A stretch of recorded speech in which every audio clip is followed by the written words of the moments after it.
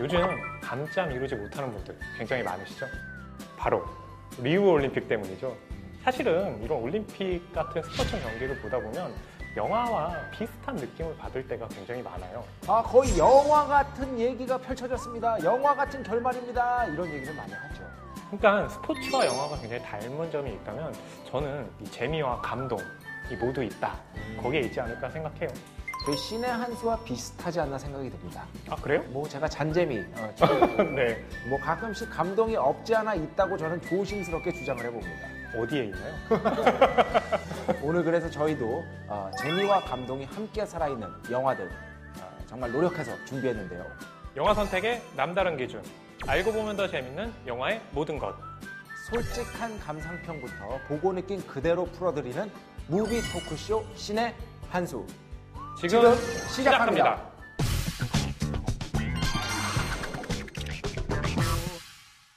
오늘 신상 무비터리에서 소개할 영화 어떤 작품이죠? 한국 영화인데요. 바로 손예진, 김주혁 주연의 비밀은 없다입니다. 네, 그리고 또 이경미 감독, 예전에 미스 홍당무라는 작품으로 아주 재능 있는 감독이 출연했다라는 높은 평가를 얻었는데 이번이 두 번째 장편 영화입니다. 미스 홍당무 같은 경우는 일종의 좀 로맨틱 코미디에 가까운 작품이었거든요. 그렇죠. 네. 근데 비밀은 없다 같은 경우는 분위기가 완전히 바뀌었어요. 굉장히 어둡고 습하고 하여튼 전체적으로 다크합니다. 네. 그렇습니다. 반전 추적 스릴러 비밀은 없다. 함께 보실까요? 국회 입성을 노리는 신예 정치인 종찬. 남편을 완벽하게 내조하는 아내 연홍이 주인공이죠. 특히 신성구는 저기 민진이가 아직도 집에 안 들어왔어. 완벽해 보이는 두 사람에게 딸이 실종되는 일이 발생합니다. 그것도 선거를 보름 앞둔 중요한 시기에 말이죠. 안 돼. 이러다 선거에서 지면 당신 괜찮겠어? 애가 가출했다고 선거에서 지진 않아. 종찬은 딸이 실종됐는데도 선거에만 집중하고 오히려 자신의 이미지가 실추될까 전전긍긍합니다. 딸의 실종 사건은 연홍의 노력에도 제대로 조사되지 않죠. 누구도 믿을 수 없는 상황에서 결국 홀로 딸의 흔적을 쫓기 시작합니다. 하지만 딸이 남긴 단서들을 하나씩 추적하던 연홍은 믿기 힘든 진실들과 마주하게 되는데요. 과연 딸의 행방은 어떻게 된 걸까요? 선거고 정치고 뭐고 이제 다 필요 없어. 그리고 딸의 실종과 관련된 범인은 누구일까요? 믿어도 되는 사람이라는 걸 증명해봐요. 정신 똑바로 차리고 생각하자. 유력한 후보의 사라진 딸을 찾기 위한 15일간의 미스터리 추적 무비. 감당하기 힘든 비밀이 밝혀집니다. 영화 비밀은 없다. 시작합니다.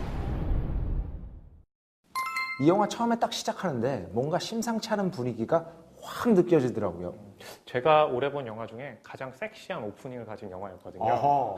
카메라를 약간 밑에서 위로 잡아서 이 손예진의 얼굴을 클로즈업을 하잖아요. 네. 그러면 바람이 불면서 그녀의 머리카락이 나풀거리고 허밍하는 듯한 음악이 막 흘러나오죠. 굉장히 드라마틱한 느낌이 들어요. 그런데 이 손예진의 표정, 눈빛이 심상치 않잖아요. 뭔가 그녀에게 큰일이 닥쳤다라는 것을 보여주죠. 영화 보시면 알겠지만 이 장면이 나중에 또 한 번 반복해서 나오지 않습니까? 네, 그렇죠. 네.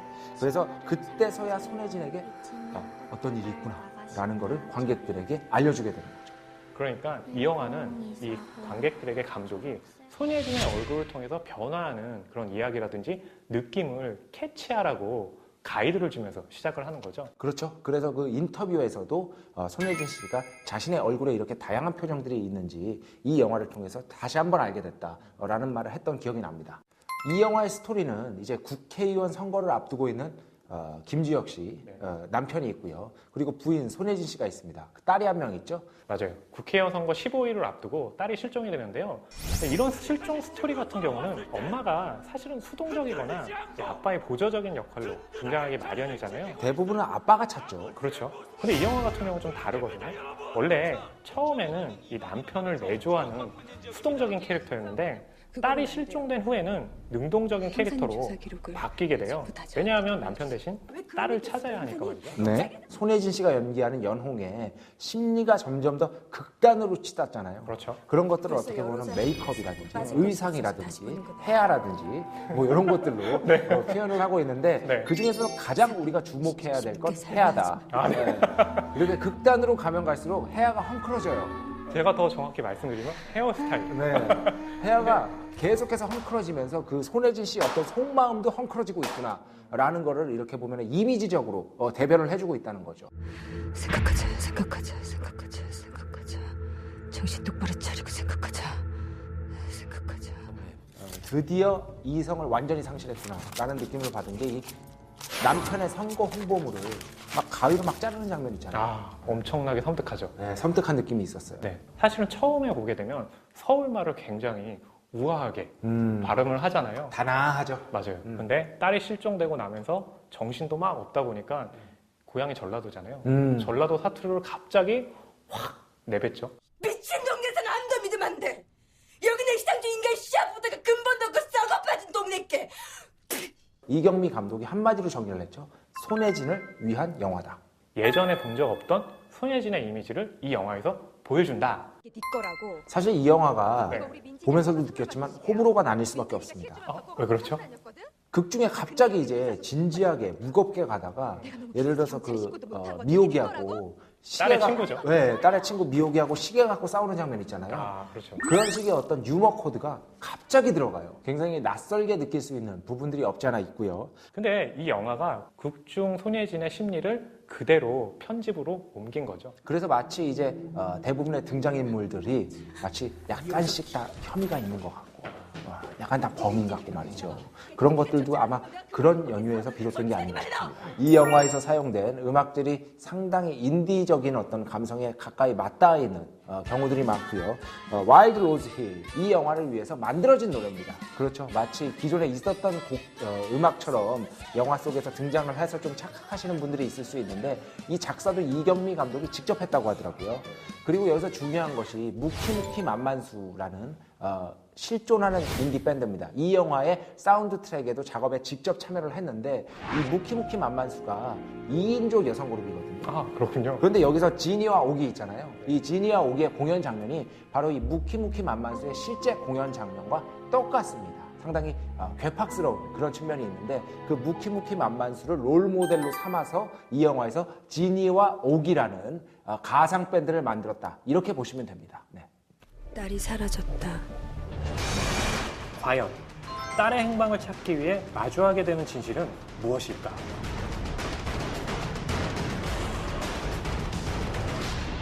우리 딸 김민지는 반드시 돌아옵니다. 반전의 반전을 거듭하며 밝혀지는 그녀가 몰랐던 비밀은 무엇일까?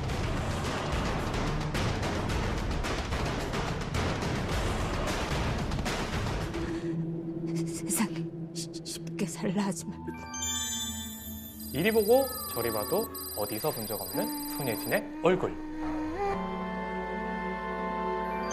반전 영화 좋아하시는 분들에게 강추! 영화 비밀은 없다는 지금 바로 케이블 TV VOD에서 확인하실 수 있습니다.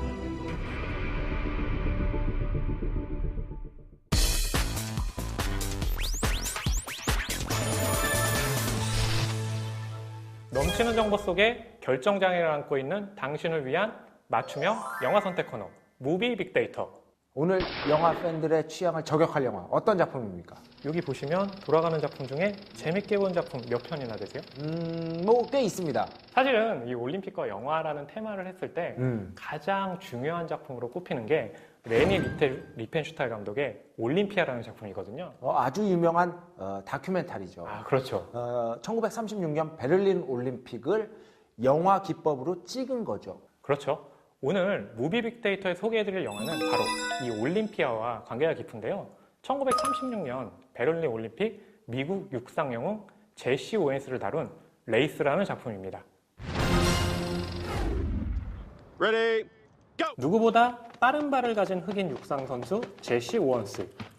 오하이오 주립대학에서 코치 레리 스나이더를 만나면서 이야기가 시작됩니다.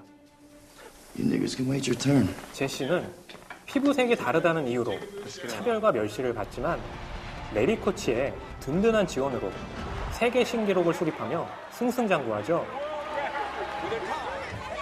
그런 제시는 가장 유력한 올림픽 금메달리스트로 주목받는데요. 문제는 베를린 올림픽에 참가하기 힘든 상황들이 생기는 거죠. And it is not only against the Jews. Now they're saying they don't want Negroes to compete. 당시 나치가 유대인과 유색인종을 억압한다는 소식이 들려오면서 각국의 불참 여론이 강해지고 있었던 거죠. 우여곡절 끝에 1936년 베를린 올림픽에 참가하게 된 제시. 보이지 않는 차별과 억압을 이겨내고 그는 자유롭게 달릴 수 있을까요? 차별과 편견을 뛰어넘은 영웅의 이야기, 영화 레이스 시작합니다. 스포츠 영화 같은 경우는 우리가 다루는 인물이 성공했다는 사실을 알고 있잖아요. 그렇기 때문에 그 성공하는 과정에 얼마나 많은 고난과 역경을 이겨냈는가, 바로 거기에 스포츠 영화가 주는 매력이 있는 것 같아요. 레이스 같은 경우도 이 제시 오웬스가 육상에서 4관왕을 하긴 했지만 그 과정에 방해물이 엄청 많았잖아요. 왜냐하면 흑인이잖아요. 그렇죠. 일단. 흑인이기 때문에 미국에서 차별받았죠. 또 베를린 올림픽 당시는 나치 치하였잖아요. 그래서 유색인종에 대한 차별이 굉장히 많았죠. 아무도 여러 가지로 힘든 점이 많았는데 그것을 극복하고 우승을 했다. 4관왕을 차지했다. 정말 대단한 업적이죠. 보통 이제 올림픽, 뭐 스포츠 정신 이렇게 얘기하지 않습니까? 네. 어떤 장면에서 가장 깊게 느끼셨는지. 가령 제시 오웬스 같은 경우가 멀리뛰기 할 때 스타트 라인을 2번이나 실패를 했잖아요. 네. 그것 때문에 고민을 할 때 이 독일의 루츠롱 선수가 사실은 서로 적대감을 가질 거라고 생각을 했거든요. 근데 제시 오웬스 선수를 위해서 하얀 수건을 그 앞에서 놓아주잖아요. 네. 잘 넘어갈 수 있도록. 그런 걸 보면서 루츠롱 선수가 사실 실력도 좋지만 이 올림픽에 맞는 정신을 가지고 있구나. 뭐 그런 것들이 굉장히 좀 감동적으로 다가오더라고요. 그리고 또 이제 제시 오웬스가 성공을 하니까 같이 어깨 동무도 하고 말이죠. 그리고 이 올림픽이라는 게 굉장히 거대한, 스케일이 거대한 일종의 세계적인 축제 아니겠습니까? 그렇죠. 그런 것들을 이제 영화적으로 어떻게 구현했나 이런 것들도 좀 관심사일 것 같아요. 제시 오웬스가 이 베를린 올림픽 그 스타디움을 처음 발을 디딜 때 그때부터 영화는 한 5분 정도 롱테이크로 보여주거든요. 롱테이크로 쫙 보여주더라고요. 그렇죠. 그러니까 초반 장면 같은 경우는 그 압도적인 크기와 관객 수에 뭔가 기가 죽은 제시 오웬스를 보여주는데요. 그걸 계속 느끼면서 이 출발선까지 다 가잖아요. 그때 사실 제시 오웬스가 굉장히 뛰어난 선수라는 게 그런 좀 떨리는 마음을 이겨내고 스타트 라인에서 바로 출발하는 모습, 그것을 5분 동안 바로 보여줬거든요. 그러니까 이 제시 오웬스가 얼마나 뛰어난 선수인지를 잘 보여주고 있는 거죠. 이 영화에서 또 주목해야 할 부분이 영화 속에 영화가 있습니다. 그렇죠. 네, 레니 리펜슈탈이 만든 올림피아라는 작품이죠. 다큐멘터리죠. 올림픽을 다룬 최초의 다큐멘터리고요. 사실은 다큐멘터리 역사상 가장 뛰어난 작품 중에 하나로 또 올림피아가 꼽히기도 해요. 러닝 타임이 3시간 거의 40분 되던데요. 그렇죠. 거의 4시간 분량인데요. 사실 이런 스케일로 지금도 영화를 찍기가 굉장히 힘든 게 베를린 올림픽 당시에 이 나치의 전폭적인 지지를 얻으면서 레니 리펜슈탈이 그걸 찍었잖아요. 네. 근데 재밌는 건 우리가 사실 다큐멘터리라고 하는 건 사실을 계속 보여준다라고 생각을 하는데 레니 리펜슈탈이 이 제시 오웬스가 멀리뛰기 하는 장면을 더욱 역동적으로 잡기 위해서 경기가 끝난 후에 다시 좀 뛰어달라는 부탁을 하죠.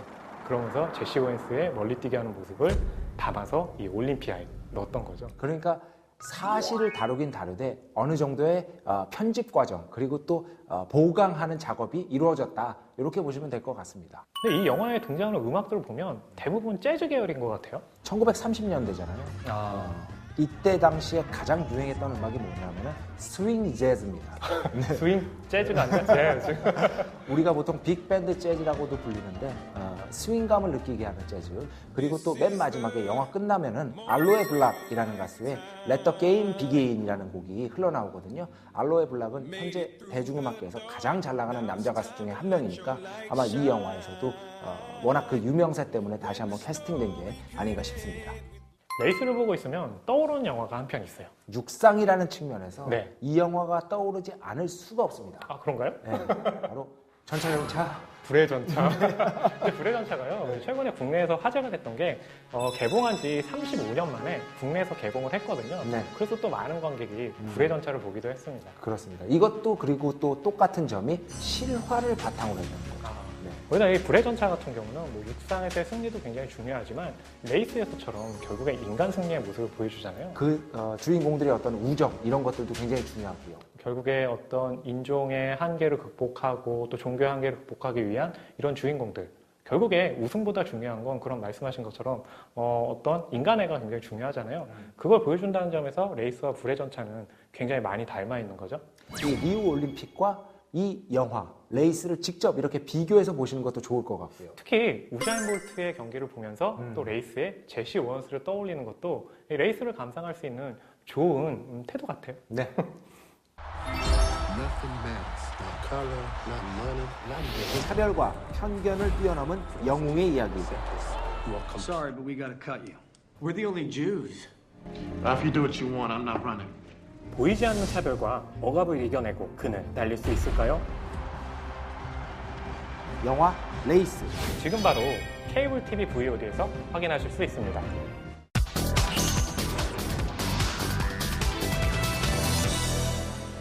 손예진의 매력이 돋보이는 비밀은 없다. 올림픽의 감동을 멋지게 담아낸 레이스. 두 영화 모두 지금 케이블 TV VOD에서 바로 확인하실 수 있죠. 그렇습니다. 올림픽 보시다가 이 감동을 영화로도 느끼고 싶다 하시는 분들은 지금 케이블 TV VOD에서 이 두 편의 영화 찾아보시면 될 것 같습니다. 저희는 다음 주 새로운 영화들로 다시 찾아오겠습니다.